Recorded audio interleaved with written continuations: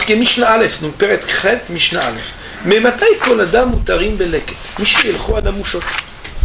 Beperet Ube'olelot, Mishielchu A'aniyim, Bakerem Veyavog. Ubzetim, Mishetered Revi'a Shenia.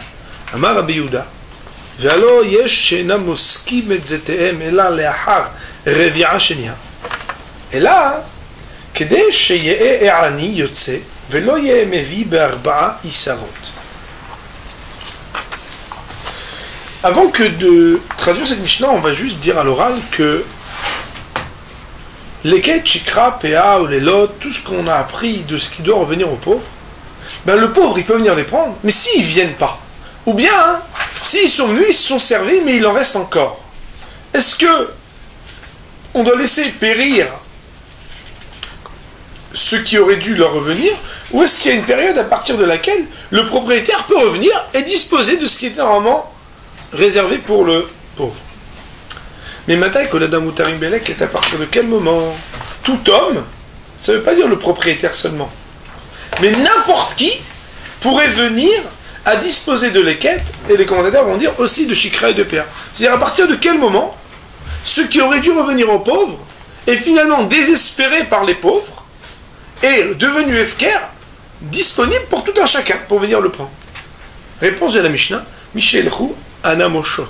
À partir du moment où sont passés, donc partis, Namoshot, on va voir deux traductions, mais une des traductions qu'on pourrait donner, c'est les vieux pauvres qui marchent comme ça sur leur canne, quand eux sont passés, et donc c'est les derniers à venir, alors on peut disposer. Concernant ce qui doit être laissé des vignes, Peret et Olelot, à partir du moment où ils sont allés, les pauvres, et sont revenus. Ça veut dire qu'ils sont venus à deux fois, on verra dans Barthénora. Mais concernant les olives, Mishetered Revi'a Shenia, à partir du moment où les deuxièmes pluies sont tombées. On verra dans Barthénora pourquoi ça s'appelle une Revi'a. Amar Rabbi Yehuda de dire, pour rétorquer à ce qui a été dit concernant les olives, Ve'alo yesh enam moskin et zeten ela le'achar revi'a shnia. Le mot moskin concernant les olives, comme l'expliquera Barthénora, représente le fait de venir à moissonner ou à cueillir ou à enlever les olives qui sont arrivées à maturité. Et donc, la question de Rabbi Yehuda, mais voilà que Yeshena Moskim et Zetem et la Lacha Revi'a Shnia. Voici qu'il y en a qui ne moissonnent leurs olives, qui les cueillent leurs olives, qu'après les deuxièmes pluies. Et donc, sous-entendu, comment peux-tu dire que ce qui doit être laissé aux pauvres peut désormais être disponible pour n'importe qui, alors que dans certains cas, ils ne sont disponibles pour le pauvre lui-même qu'après cette même période des deuxièmes pluies? Réponse.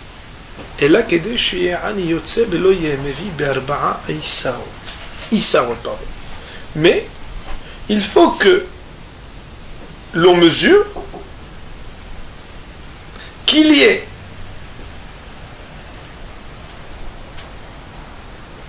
même si le pauvre venait ramasser moins que 4 Issarot d'olives.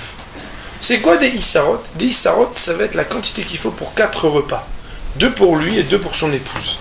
Autrement dit, à partir du moment où ça vaut plus le coup, parce que tu dis, bon, il va pas revenir pour ça de toute façon, parce qu'il y a moins que 4 Issarot, alors tu peux en disposer. Voyons sur cette partie le Barthénora. Nous dit Barthénora, mais Matai, vous savez que quand il commence un chapitre, même s'il ne commente pas le premier mot, il cite d'abord le premier mot du chapitre, puis les mots qu'il va commenter. Anemushot, c'est le mot qu'il va commenter.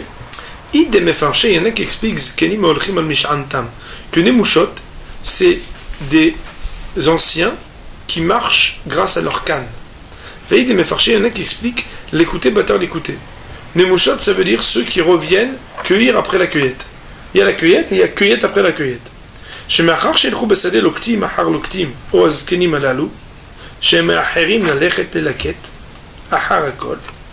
Et cela vient signifier qu'après que s'en aillent du champ, ceux qui, soit selon une certaine explication, sont les cueilleurs d'après les cueilleurs, ou bien les anciens qui se retardent à venir cueillir, après tout le monde, Alors désormais, les pauvres auront bel et bien désespéré ce champ, et tout ce qui va se trouver ensuite là-bas sera efker, cela veut dire sans propriété et disponible à tout celui qui veut venir en prendre possession, autant pour les pauvres que pour les riches. Revi'a Shenia, cela venait d'après Tanakama, désigner le stade de ce que les oliviers et donc leurs olives devenaient aussi efker pour tout le monde. Revi'a Shenia, Amatar Nikra Revi'a. La pluie s'appelle une Revi'a. Pourquoi? Car il rend fertile la terre et lui permet de donner naissance et de donner des fruits, comme ce que le mâle peut rendre fertile la femelle, et lui permettre la fécondité. C'est-à-dire que de la même manière que concernant la faune, on dit que l'animal, tu n'auras pas le droit de le faire se rapprocher, parce que on appelle ça ne pas faire monter. Alors, de la même manière, concernant Revira, on peut expliquer que la pluie, c'est celle qui quelque part vient ensemencer la terre pour lui donner fertilité, un peu comme le mâle peut donner de sa semence à la femelle afin de donner des fruits. Pirouche Aher, autre explication, Revira, c'est que le mot Revira qui veut dire les pluies, c'est que la pluie, c'est celle qui allonge la poussière, puisqu'on sait que quand la pluie tombe, eh bien, la poussière qui est comme ça, un petit peu presque au-dessus de la terre, alors elle est totalement allongée, ou marbitzo, et elle l'acier. Targum Rovetz, Revia. Et la traduction en araméen du mot Rovetz, c'est Revia. Ouzmen Revia Shnia, et quel est le moment, puisqu'on voudrait une datation de ces deuxièmes pluies, Beshana Benonit, quand il s'agit d'une année, on va dire, moyenne, ou Bekav Gimel Bemar Heshvan, c'est le 23 du mois de Heshvan. Shena Moskim nous dit le Rav quelque chose de très important au niveau des termes, de la terminologie des moissons, c'est fondamental de retenir. Messika Bezetim, quand on parle de Messika concernant les olives, Kemokotser Bitwa, c'est comme quand on parle des moissons concernant les céréales. Botser Ba'anavim, ou qu'on parle de la période des vendanges pour les raisins. Ora Bete Enim, on apprend donc le terme dans un champ lexical pour les figues, on dira Ora. Goder Bet Marim, le même terme on dirait Goder pour les dattes. Car Mosek Bezetim, de la même manière on dit Mosek pour les olives.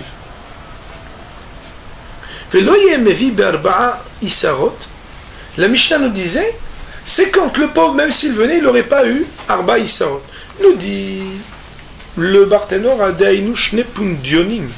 Ça veut dire 2 pundion. C'est quoi pundion? Chaque pundion, j'étais Issarim. Le pundion, c'est 2 Issarim, c'est 2 mesures de Issar. Vetnan. Et pour aller jusqu'au bout, il faut savoir qu'une Mishnah nous dit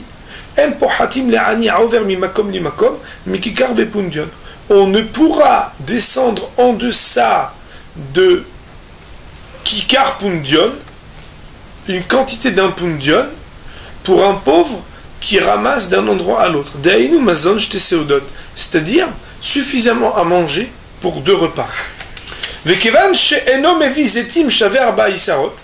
Et à partir du moment où il ne pourra pas prendre avec lui les olives qui constituent la quantité de 4 Isarot,